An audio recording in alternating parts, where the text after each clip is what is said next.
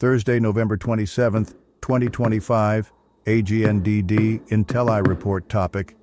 Details emerge on suspect in D.C. National Guard shooting. Please pardon any visual and informational inaccuracies in this entirely AI-generated article-based video. Details emerge on suspect in D.C. National Guard shooting as federal investigation spans coasts. CNN, updated 3:54 p.m. EST through November 27, 2025. What we know so far. A sprawling federal investigation is underway after yesterday's ambush-style shooting of two West Virginia National Guard members in Washington, D.C., left the service members critically injured.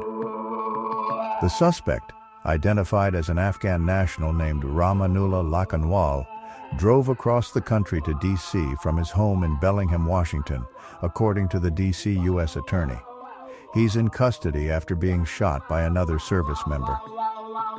Lakhanwal came to the country in 2021 under Operation Allies Welcome, after assisting the U.S. in Afghanistan. He was granted asylum in April. A U.S. official told CNN that Lakhanwal was clean on all checks before working with the CIA and again before coming to the U.S. National Guard members shot near White House.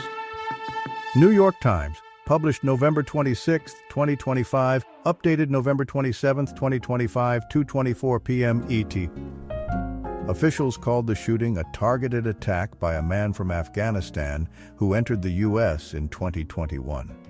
President Trump vowed to redouble the government's efforts to deport migrants. Here's the latest.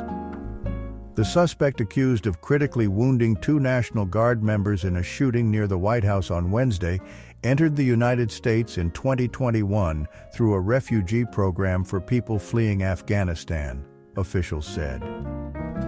Homeland Security Secretary Kristi Noem confirmed on social media that the suspect had entered from Afghanistan in September 2021 under a Biden-era program called Operation Allies Welcome, which provided entry to Afghan nationals fleeing the Taliban takeover of their country after the chaotic withdrawal of U.S. troops.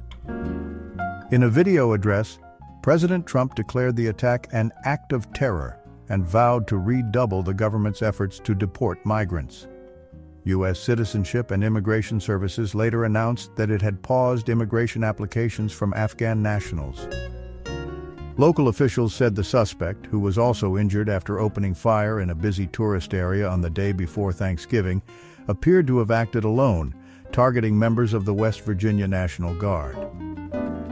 The suspect was identified as Rahmanullah Lakhanwal, 29, by people familiar with the investigation who spoke on condition of anonymity because they were not authorized to share details publicly. Here are the details. Guard deployments. Mr. Trump, who was in Florida on Wednesday, ordered a deployment of 500 additional troops to Washington to supplement the more than 2,000 already on the ground. Witness accounts. The shooting happened near the entrance to the Farragut West Metro station, just blocks from the White House. Bystanders reported hearing a short burst of gunfire, followed by a longer barrage. Guard reaction. Before the shooting, some officials and National Guard members worried about the safety of troops that had been deployed on the streets of American cities. Federal case. Last week, a federal judge ordered a temporary suspension of Mr. Trump's highly contentious deployment of National Guard troops to Washington, finding that it was likely illegal.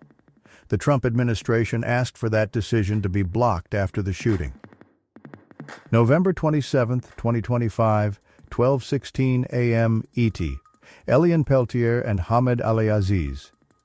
The Trump administration pauses immigration from Afghanistan. The Trump administration said on Wednesday that it had stopped processing immigration applications from Afghanistan hours after officials in Washington detained an Afghan man they said had shot two National Guard troops near the White House. U.S. Citizenship and Immigration Services, which oversees U.S. immigration, made the announcement on social media late Wednesday. The two Guard members from West Virginia were in critical condition after a 29-year-old man from Afghanistan shot them, officials said. The man, who was also injured, entered the United States in 2021 under a Biden-era immigration program for Afghans leaving their country after the government fell to the Taliban. Effective immediately, processing of all immigration requests relating to Afghan nationals is stopped indefinitely pending further review of security and vetting protocols, the agency said on social media. The protection and safety of our homeland and of the American people remains our singular focus and mission. Earlier in the evening, President Trump had said in a speech after the attack that we must now re-examine every single alien who has entered our country from Afghanistan. The immigration pause will impact Afghan nationals trying to remain in the United States by seeking asylum or obtaining a green card, among other immigration benefits extended by the agency. It will also affect Afghans who helped the U.S. government during the 20-year war in Afghanistan and had applied to be relocated to the United States through the Special Immigrant Visa Program. Many applicants have yet to reach the United States and remain stranded in third countries or in hiding in Afghanistan. The Trump administration's decision to accept no more than 7,500 refugees from around the world for the fiscal year that started last month will not help them.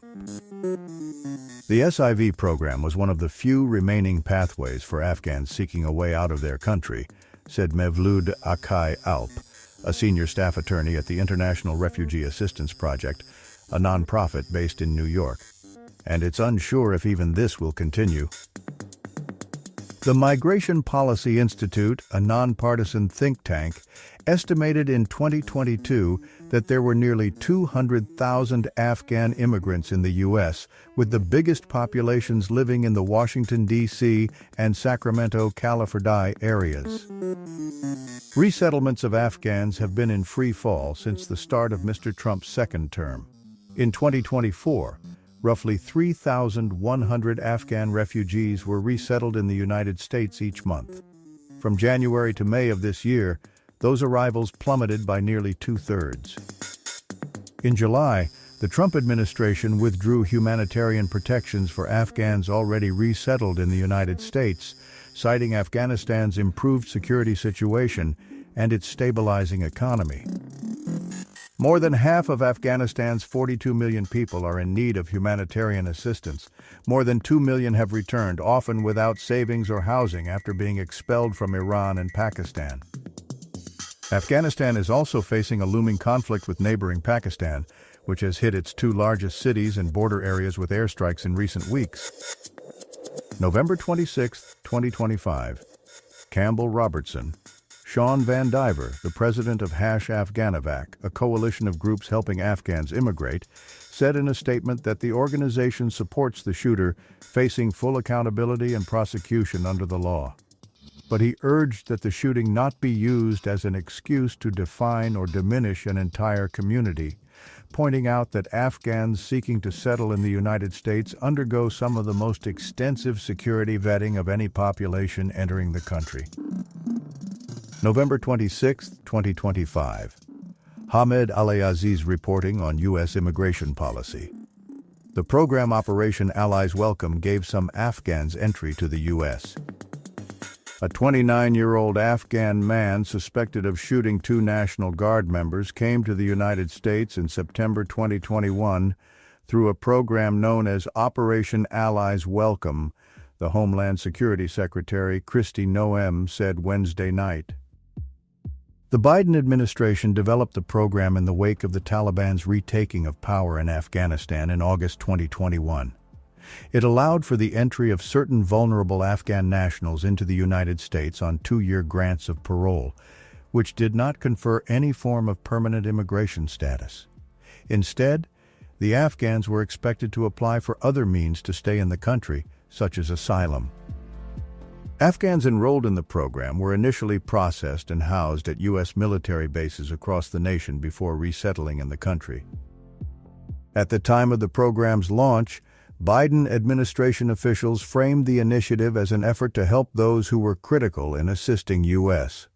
troops and the American effort to build civil society in Afghanistan that became at risk of retribution from the Taliban. They emphasized that the program included vetting and security checks.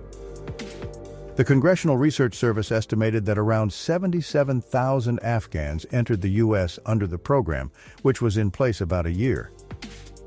Operation Allies Welcome came under Republican scrutiny while it was in place, including some who said those who entered were not properly vetted.